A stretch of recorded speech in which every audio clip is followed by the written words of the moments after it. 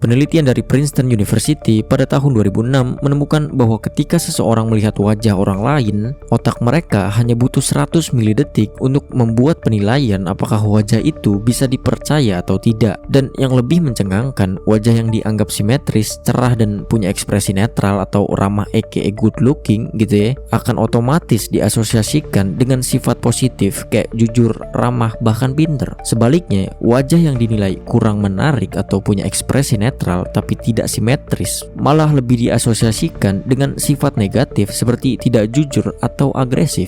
Jadi maksud gua, bahkan sebelum lu membuka mulut lu, dunia udah mutusin lu layak dipercaya atau tidaknya hanya berdasarkan tampang lu doang maksud gua.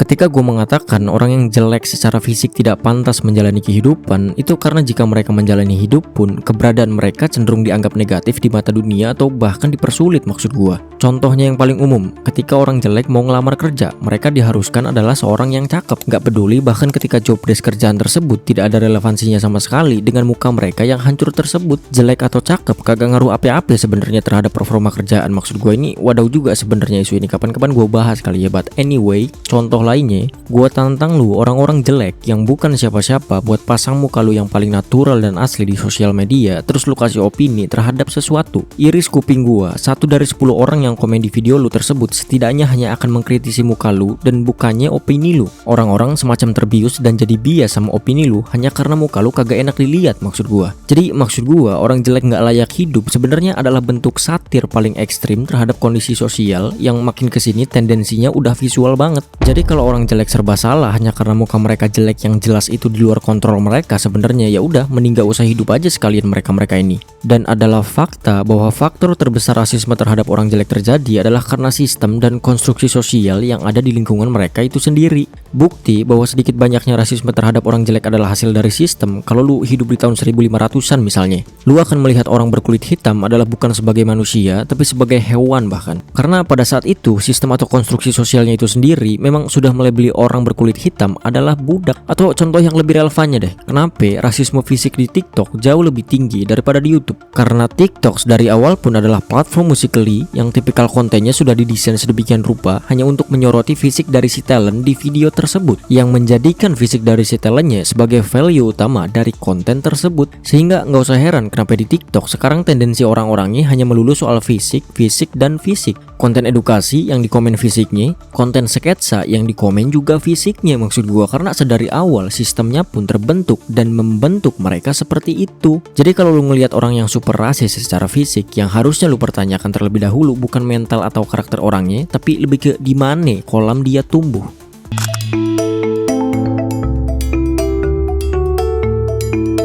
Dari sini cukup valid kalau gue bilang bahwa fisik lu adalah mata uang sosial. Artinya nilai lu di masyarakat bukan lagi hanya ditentukan oleh kemampuan lu, karakter lu, apalagi intelektual lu, tapi dari seberapa enaknya lu ketika dilihat. Muka lu udah kayak uang masuk untuk dapetin akses maksud gue. Akses ke pekerjaan, akses ke pertemanan, bahkan ke percintaan. Dan sayangnya, sistem sosial ini gak pernah adil dari awal. Bayangin lu berada dalam narasi di mana lu sedang interview kerja, yang satu-satunya saingan lu hanya satu orang yang duduk di sebelah lu berdua punya skill yang sama, pengalaman yang sama, ngomong yang sama, tapi yang satu punya rahang mewing, kulit mulus dan pantat bayi, sementara lu memiliki wajah yang bahkan susah untuk diidentifikasi jenis makhluk apa lu itu sebenarnya gitu ya.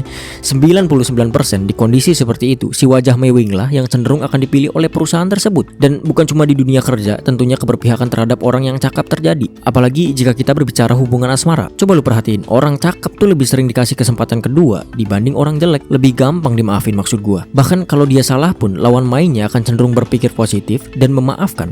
Mungkin dia lagi capek, atau namanya juga manusia. Tapi kalau orang jelek dan dia melakukan kesalahan, lawan mainnya akan cenderung mengatakan, gak heran mukanya aja udah nyebelin, kata dia. Atau kita coba ambil sampelnya dari kasus yang lebih serius lah. Tahun 2021, Cameron Herring menabrak ibu dan anaknya sampai meninggal saat Cameron lagi balapan liar. Salah satu yang menjadi highlight pada saat itu adalah netizen malah cenderung membela si Cameron dengan landasan bahwa dia ganteng. Kan udah gila maksud gua. Sehingga betul apa yang dikatakan filsuf asal Jerman, Nietzsche. Kalau lu membunuh kecoa, lu adalah pahlawan. Kalau lu membunuh kupu-kupu, lu adalah orang jahat. Moralitas pada kenyataannya memiliki standar estetika, kata dia.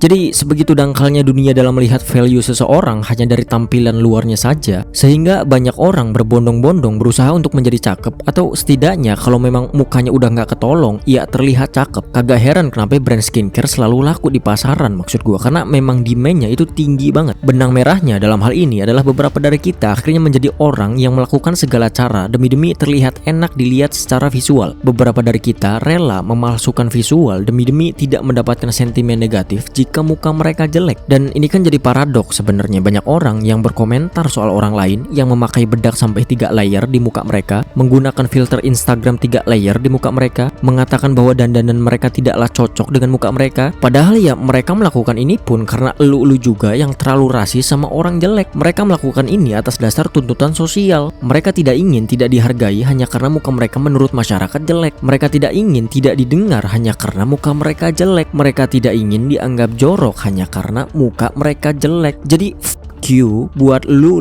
yang melihat value seseorang hanya dari visualnya saja. Sebegitu dangkalnya standar lu dalam menetapkan nilai seseorang hanya dari visualnya saja, maksud gua.